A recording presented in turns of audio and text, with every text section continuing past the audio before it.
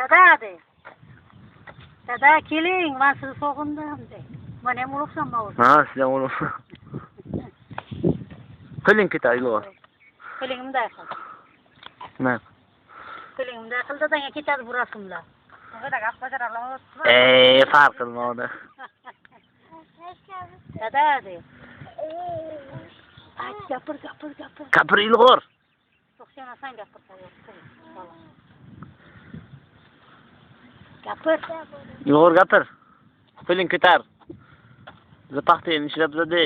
Paxta yer ichida xiva qilib o'tirmiz dedim, nanam, hammamiz. Uyimizni yo'lda. Nima yana sizdan bizga gapiring.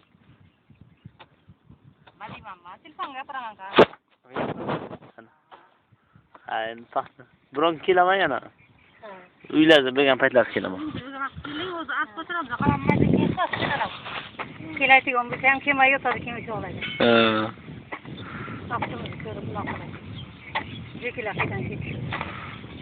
Qachon haftaga qadar majlislar o'zbek o'rtasida. Farq qilma. O'zlari qanday ishlarlar? Meniki sizlar tug'ilgan kuniga vaqt beradi, ular o'sha olish kerak. Meniki bugun nechi? Bugun 9. Menikida men shaharda bilaman. Hamma biladi. Ha, bir harakat qilaman. Menikida kechasi kelsang hamma biladi. Namozlar ketib keling, hamma biladi-da. Saatdan kiradi. Ha, kelaman. Ha, buni ham qo'y. Esingdan chiqmasin, kecha yozib yuboradilar, kecha ishlab bitiradim. Bu hozir yuvarsan ketadimi, turadi? Yo'q, buni yubormayman. Buni aytib joylashtirib qo'yaman, joyga keyin o'sha kirib kiraveradi. Через kompyuterdan joylashtirib qo'yaman-da.